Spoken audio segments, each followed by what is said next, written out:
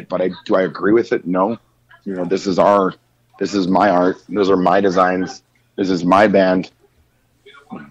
Right. But, you know, like, it starts down to, like, you have to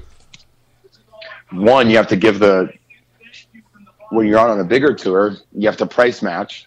Right. You have to sell your merch the same price as the headliner, which is sometimes $60 for a fucking zip up hoodie, when we know that they only fucking cost $10 to make. Yeah. You know, and then on top of that, you have to price match. Then you're only allowed 2 items, 2 T-shirts, 2 cloth items, whatever, you know, unlimited amount of CD, like audio, and then 2 trinket items. It's like, well, how are we supposed to make money? And on top of it, we got to give this fucking venue that no one's there to see us. We're opening for the headliner. They're the ones that are the draw. I mean, we've done our work enough to get on this tour, so why do I have to give these people more money? So I don't know how I feel about it. I mean, obviously, like I said, I don't want to give them any money. I'd rather not. But anyone in the band that's at our level, that's dealing with their own merch and that stuff, knows the ways around all that shit. Right. I'm not gonna, you know, delve into that too much, because I don't want to sound like Right. No, I know exactly what you're saying. Incriminate myself, but there's a ways around paying this fucking venue 20% of your cloth merch. Right. When the headliner's just done 30 grand in merch for one night and you only did 300. Yeah. You know, so it sucks. I'll do whatever I can to take care of me, you know, our band and my bros.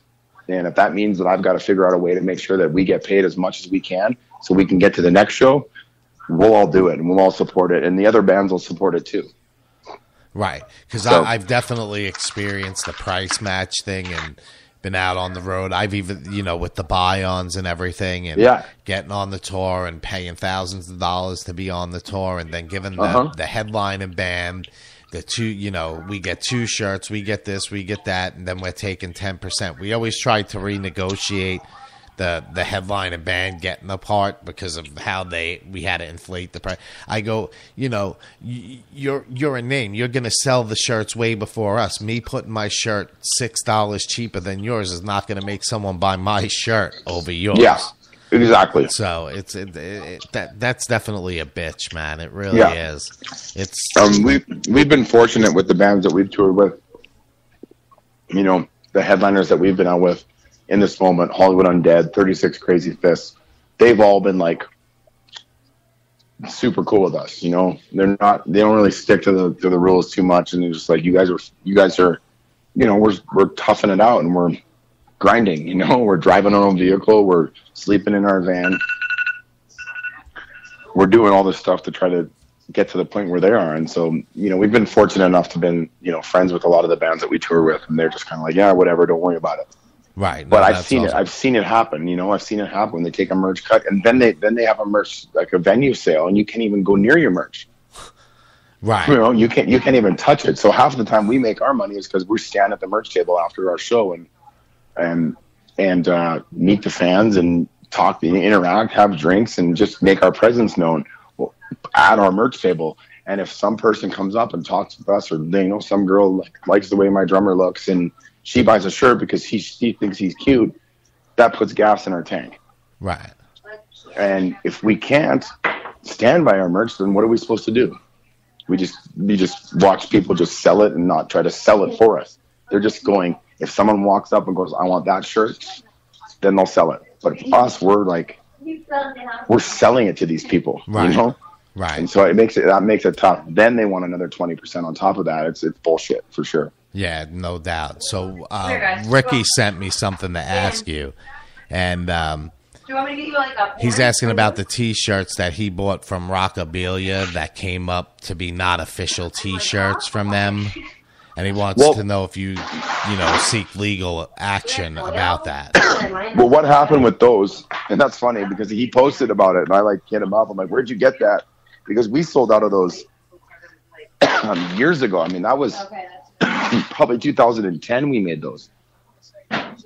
And the company that we were signed with, our merch company then, you know, we sent them designs. There was 3 of them. There was the deer head, the wolf head, and it was a cougar, like a mountain lion. And the merch company sent us our shows. We were playing at the Troubadour. We got all of our merch delivered to the venue, and I opened them up and I held up like an extra large shirt, and it looked like a kid's print. Like they were just way smaller than they were supposed to be, like the full entire print of the shirt. And we were just basically fucked. So we sold as much as we could that night, and I got on the phone the next day with my lawyer and the merch company and our manager at the time, and said, "Hey, this isn't what they're supposed to look like." So they took them all of those back. You're talking probably, I don't know, 200 shirts. That company took them all back and reprinted them bigger and sent us the bigger ones. So these ones that, that Ricky bought, and numerous people have bought on eBay or Amazon or whatever, technically they're our shirts, but we're not getting paid for them because the merch company folded and sold those off. So they sold a whole lot of these shirts to whatever company that's selling them, whether it's, I don't know what merch company you said it was or where they bought it from. Rockabilia. So Rockabilia buys bulk merch from bands that either don't like their prints or their returns, or so now Rockabilia owns those shirts, but they don't own that artwork. Right. So they're official but unofficial. Right. They were shirts that we made, that we designed, that we turned in, and we said these aren't right, so you got to take them back. So instead of throwing them away, they're trying to at least make. Well, the company that made them made their money off the cost of making them, probably, because they sold them to Rockabilia. Right. And now Rockabilia is selling them for however much Ricky paid for it. I think it was like $17 or something. Right. Yeah, because they were trying to recoup the money from the loss. Yeah, of the print. Exactly. And they know that they keep an eye on the bands, and they see that we're working, and so now Ricky buys a shirt for $17, which is great because he's supporting our band and wearing that shirt, which is amazing. And this is a whole other topic that we should talk about, is about people supporting bands and wearing shirts and other band members. But he's wearing the shirt, and that to me is like, it's worth it to me. It's like, fuck, we didn't get the money for that shirt, but this guy bought it, he's wearing it, he's stoked, and he wears it out and tells the people who we are because he likes our band enough to be like, fuck yeah. Right. So it's kind of a give or take. Like I could technically get into a legal battle and sue this company and pay my lawyer. Right. Exactly. Is it really worth it for, a few shirts? No. Fuck it. I don't. Yeah, it's not a bootlegger standing outside your show that printed them in his garage. That's a completely different and it's game. not like it's not like we're Metallica and there's fucking some company just making our shirts, it's selling them for $10 a piece and making millions off of us. Right. We're talking a couple, maybe 100 shirts at this point that fucking Ricky's a fan and he loves the band and he got a shirt, and fucking they're great shirts. I don't have one, you know what I mean? We made them and I didn't even get one. So at that point, we're never going to make those shirts again. So I would say at this point, those shirts are, in my eyes, I'm a fan of music, and my fans, the bands that I love, they make a shirt and they stop making it, and I have it, I'm stoked. Right. No. So yeah, because you always want the one that no one has. Because I can bust out some shirts that are like exactly, and then some of them I'm like, man, I wore the hell out of that shirt. I wish I bought 2 of those. I wish I would have kept it. I fucking lost it or something. Yeah, for sure, dude. Cool. And that's the cool thing about this heavy metal music and the heavy metal community.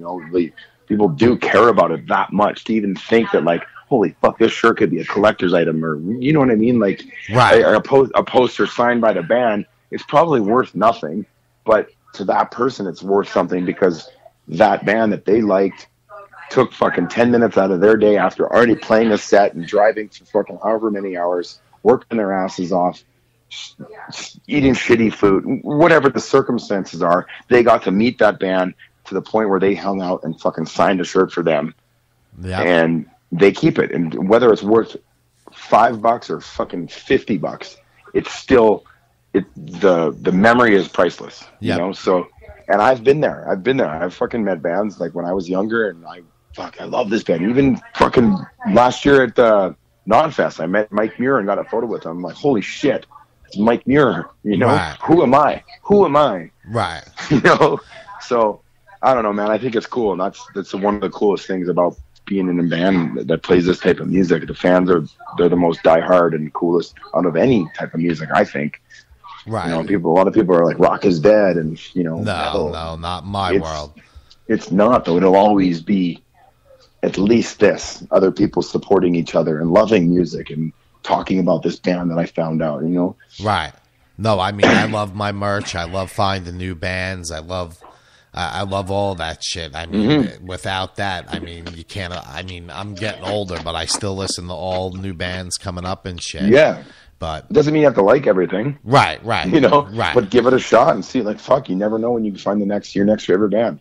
Right. And I've always been that way. When I do my show, I don't have the biggest show in the world, but to me, just getting to work with people, and musicians that I like, even if they're not the most famous ones, that, it means something to me to look back on and be like, fuck, dude, I interviewed that guy, man. He was on my show. People ask me all the time, who's coming on your show? Who's this guy? Who's the biggest guy you had on? I go, to me, I love everybody that comes on my show, but if you're going to ask me who the most popular is or who had the most this and that, I'll give you the stats of it. But to me, everybody that I play on the show, I just don't play someone's music because I'm just playing it to try to get promotion. I play it because I like it. It's not like you got a production manager hovering over your head. Right.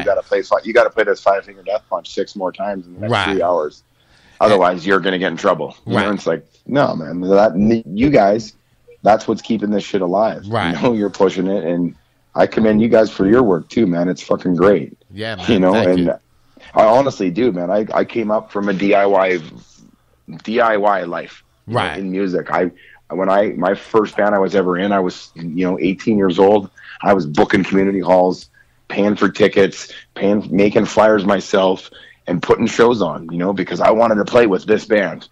Right. So I've been in it a long time, and everybody that's involved in it is equally as important as somebody else. Right. And this is the problem. A lot of times people, the egos, the promoters are, pissed off at this guy, and this guy's talking shit about that buyer, this talent. It's just like, dude, none of that shit matters.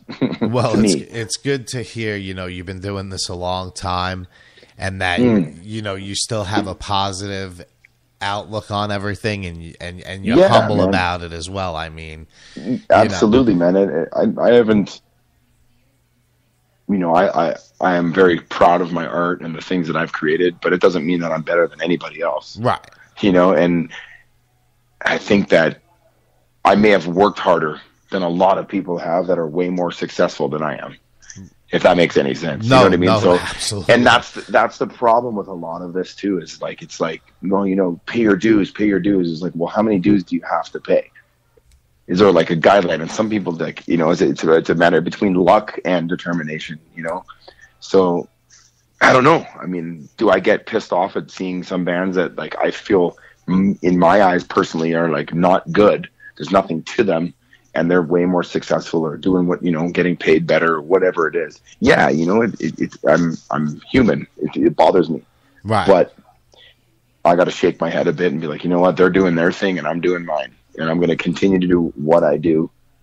And if it doesn't sell as much as it did last time or more next time, then great, or not. It is what it is, man. Yeah, I mean, exactly. Every day I see radio shows and on the internet and podcasts, I listen to them. It's stuff that I can't even barely listen to. And I sit here and go, I put all this production work in to make it sound good, all this work for these interviews. And here they are with 200,000 likes and all of these listeners and the shows. So I know that feeling. Mm-hmm. So it's definitely similar. And being in the band, man, I definitely been there. But Ricky has another question. It's about the Flame songs. He says, before the Flames and after the Flames, is there going to be a third? There is a third already. And before the Flames is the middle story, if I will. And then After the Great Fire is part 3 of the 3. So we shot it, we wrote it and recorded it in reverse. It didn't really become anything like too planned out until we were like, man, these songs, Before the Flames and After the Great Fire were specifically, when we got into the music, I'm like, I want to do a fucking prequel to After the Great Fire, where the story kind of started. And then as it got into it more, this next, the other song, we just did a video, we just shot it last weekend. And this is basically the very, very, very beginning of of that tale, if you will. Cool. Yeah, because I'm definitely learning more about the band. I've been watching live videos over the past